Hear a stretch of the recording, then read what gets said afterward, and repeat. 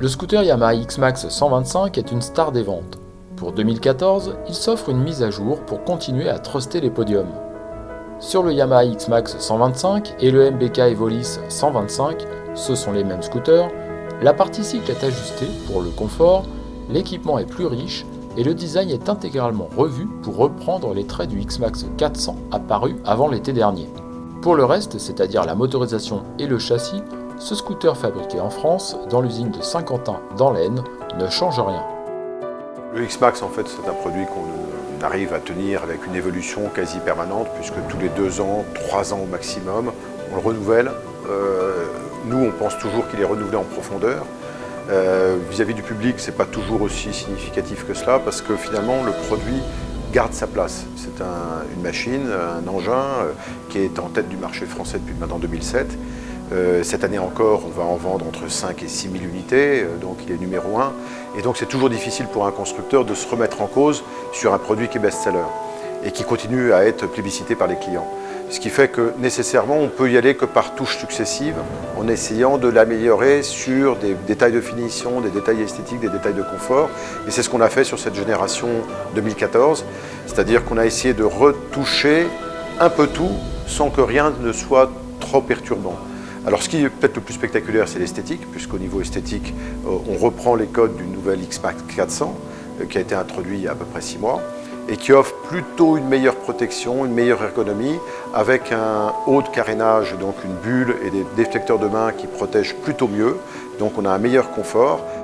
En effet, il n'est pas simple de distinguer les X-Max 125, 250 et 400 de face, pour la simple raison qu'ils sont cette année strictement identiques.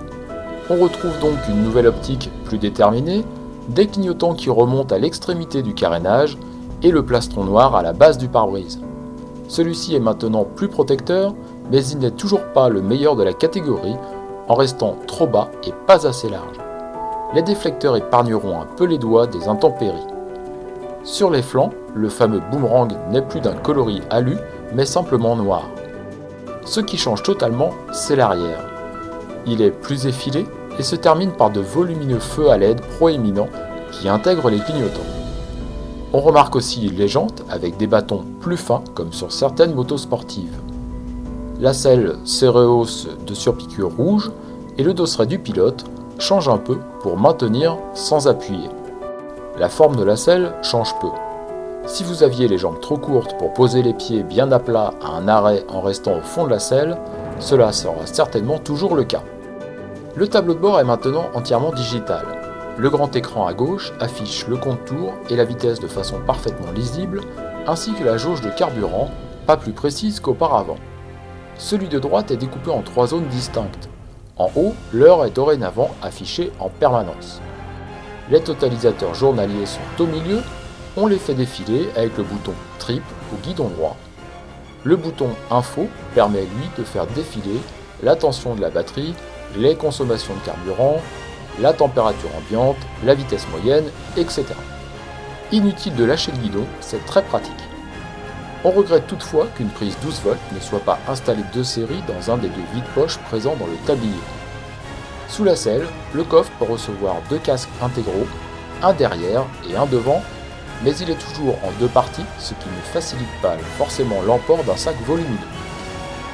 On a revu totalement l'épure des suspensions arrière et la manière dont la qualité de l'amortissement se fait sans remettre en cause la rigueur du châssis et sa qualité de tenue de route qui est l'avantage principal du X-Max en accord avec les performances moteurs qu'il a et qui permettent d'être vraiment un produit haut de gamme dans ses performances. Donc on a essayé de maintenir ça et puis le dernier point qui évolue de manière sensible, ce sont les aspects de confort et d'ergonomie. À la conduite, on retrouve avec bonheur le monocylindre dynamique et peu gourmand qu'on connaissait sur la précédente génération. Les démarrages sont vifs et les relances convaincantes. La conduite est toujours agile, aisée et sécurisante. Pour 2014, Yamaha a modifié le réglage des amortisseurs pour gagner en confort. On y gagne nettement sur les pavés des villes. Cela tape moins qu'avec les précédents réglages. Le nouvel X-Max tend cette année vers le confort offert par les meilleurs scooters de la catégorie. Du côté des freins, le disque avant est maintenant placé à gauche de la roue pour un meilleur équilibre, nous dit Yamaha. Dans les faits, le freinage est toujours très efficace, et l'ABS est resté discret même sur des freinages appuyés. Si vous ne souhaitez pas l'ABS, vous pouvez toujours l'acheter sans, mais ce n'est pas le meilleur choix pour la sécurité en ville. Au final, les nouveaux X-Max 125 et 250, ainsi que leurs jumeaux Evolis chez MBK, changent donc assez nettement. Tous, Yamaha comme MBK, sont fabriqués dans l'usine de Saint-Quentin dans l'Aisne. Certes, ni le moteur ni le châssis n'évoluent pour 2014, mais ils font toujours référence dans la catégorie. L'effort s'est donc porté sur la montée en gamme du nouvel X-Max dans le sillage du 400 et c'est réussi. L'équipement est plus fonctionnel et plus riche pour accompagner un design plus dynamique.